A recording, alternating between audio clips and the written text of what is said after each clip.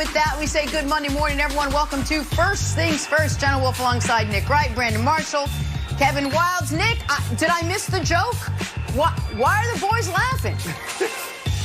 Well, I don't know. I find it laughable that they find it laughable. We're all going to be laughing this morning. That's an outrageous thing. That's good. I like it.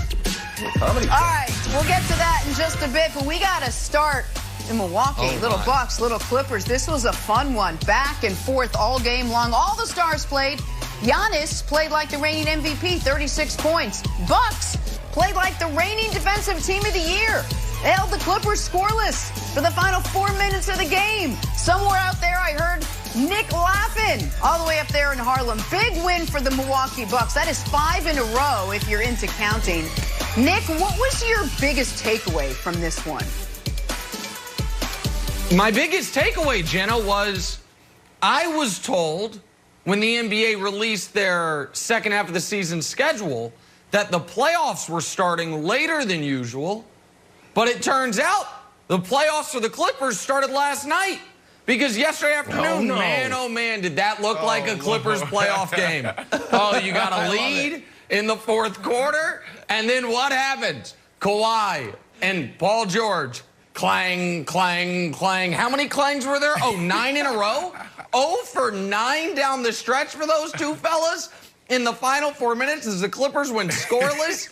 Brandon, your pick to come out of the West. Yeah. They have a PG named Paul George. They need an actual PG, meaning a point guard. And until they get that, they're going to have some problems at the end of games. As you saw a Bucks team that nobody believes in. Nah, they can't finish, they can't do anything. Just absolutely run roughshod over the Clippers at the end of that game last night, or yesterday afternoon, Brandon.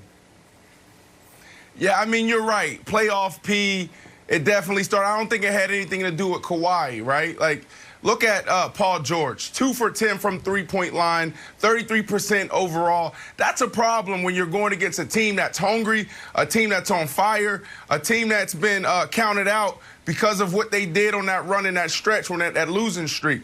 So, to me, it was more about the Clippers and Paul George than it was the Bucks, because the Bucks last night, that was their best shot, Nick. Like, to me, when you watch that game, they played phenomenal. Defense, their energy was there. The 1-2 was there. You had Giannis hitting from the perimeter, hitting from 3. Giannis getting into the paint anytime he wanted. That's the thing that the NBA figured out this year was, let's not let Giannis get in the paint. If we do that and we turn them to a three-point shooter, perimeter player, we have a chance. Middleton was okay, Kevin, but at the end of the day, that was the Milwaukee Bucks' best shot. The Clippers, that wasn't their best shot because you had playoff P rear his head, and that's a problem. If playoff P can come back to playing how he was this year, they'll be okay because he's having a phenomenal year. Just can't let this happen. I still can't figure out if playoff P is a compliment or an insult. It seems to change depending on every year. All right, Nick, this did have some playoff feel to it. Giannis, in like rare form, there was a strategic intensity that I really liked out of Giannis. First of all, played 40 minutes. I know you're the minutes police. And look at this. You know things I hate, injustice and business decisions. Giannis is like, no way, dude, get out of here. This is a fourth quarter play. It proves costly. The game was close the whole time. If Giannis missed those free throws, he's like, don't worry, guys, I blocked this one. So congratulations. The next part of this sequence here later on is this strategic intensity on the second to last play of the game. We've talked a lot about, hey, who takes the last shot? Giannis doesn't have a real go-to move. What are we going to do? And it's like, hey, we'll just pass the ball. 1, 2, 3, 4. This ends up being 5 passes, and Giannis is dunking the ball from the three-point line. Unstoppable. Great job by Giannis. And no one wants to talk about it, but Nick, as our resident statistician, I'm gonna give you some stats here as we talk about the MVP conversation if you want to think about your vote. Giannis is averaging 29, 12, and 6 and getting no MVP talk. LeBron, 25, 8, and 8. Oh, it's got to be the MVP. Got to be the MVP. 25, 8, and 8. Well, Giannis is 29, 12, and 6. I know we got the narrative for LeBron, and I know one wants to give Giannis 3 MVPs, but he should be in the conversation. No, he should well, he's not in the conversation. Nick, don't he's not in the entertain conversation.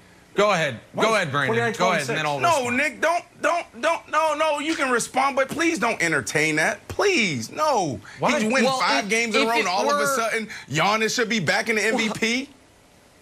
Well, listen, What's the it Bucks about? are a half game out of first or a game out of first in the East, and Giannis's numbers are spectacular, but he's not eligible for the MVP this year, and everybody knows it. You can't win back-to-back MVPs and not make an NBA Finals and be eligible for it.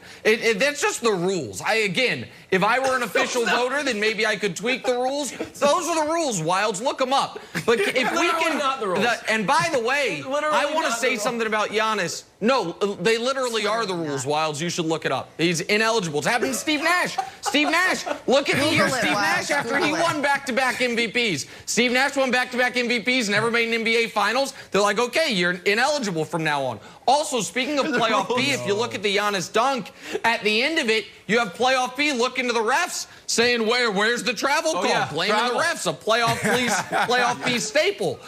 But everyone's going to talk about, Brandon, about how Giannis ended the game.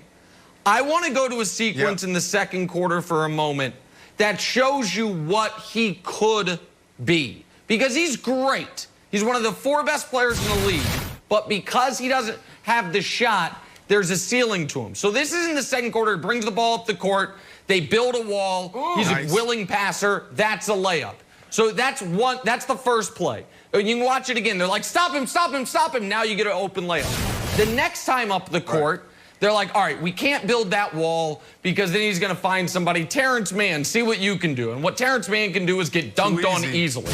So now they're like, all right, the hell are we going to do? So the next time up the court, they put Zubats on him, and they're like, we dare you to shoot. I'll give you 8 feet. Bang. Brandon, if he can, and I know we've been saying this for 4 years. Yes. If he can just become passable at this shot, he's unguardable. Right. Because that is the only way to guard him when he's bringing the ball up the court, is to step off him by 8 feet.